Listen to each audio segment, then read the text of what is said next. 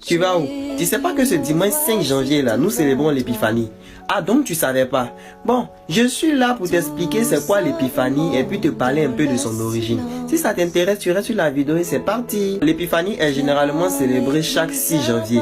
Mais si le 6 janvier n'est pas un dimanche là, alors l'épiphanie est célébrée le dimanche qui se situe entre le 2 et le 8 janvier. C'est pourquoi tu vois que cette année là, on va célébrer l'épiphanie le dimanche 5 janvier. À l'épiphanie, on célèbre tout simplement la visite, pour ne pas dire l'adoration des mages, symbolisant la manifestation de Jésus comme le Messie d'Israël, Fils de Dieu et Rédempteur annoncé par les prophètes. Te calmer, on va répondre ça doucement, tu vas bien comprendre c'est quoi l'épiphanie. Le mot épiphanie vient du grec epiphaneia qui signifie apparition. Selon le catéchisme de l'Église catholique, écoute bien la définition de l'épiphanie.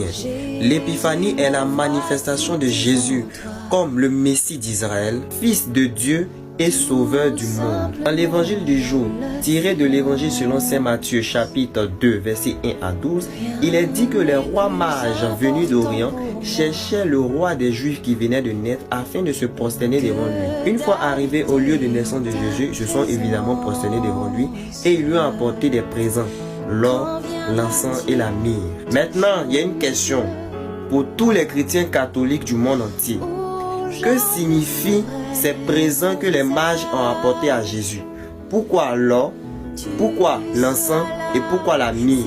Vous pouvez répondre parce que vous avez vu ça à la catéchèse. Donc je ne passe pas sans répondre en commentaire. Selon le catéchisme, par l'adoration de Jésus par les mages venus d'Orient, représentant des religions païennes environnantes, l'évangile voit les prémices des nations qui accueillent la bonne nouvelle du salut par l'incarnation. Bon, je pense que tu as compris le sens de la fête de l'épiphanie. On va chercher à savoir maintenant c'est quoi son origine. Tu es prêt, non? C'est parti. Déjà, il faut savoir que avant le 4e siècle, on célébrait la nativité de Jésus et l'épiphanie le même jour, c'est-à-dire le 25 décembre. Ça, faut savoir ça d'abord. Au 4e siècle, l'épiphanie sera fixée le 6 janvier et célébrait 3 signes de la manifestation de Dieu aux hommes.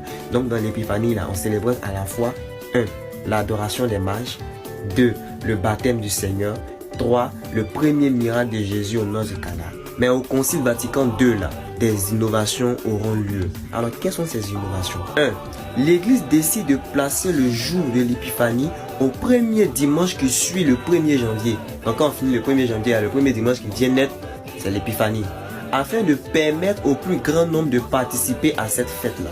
Deuxième innovation, l'épiphanie est dissociée du baptême du Seigneur et du premier miracle de Jésus. Le baptême du Seigneur est maintenant célébré le dimanche qui suit la fête de l'épiphanie et qui couronne le temps de Noël. Ah, tu savais pas que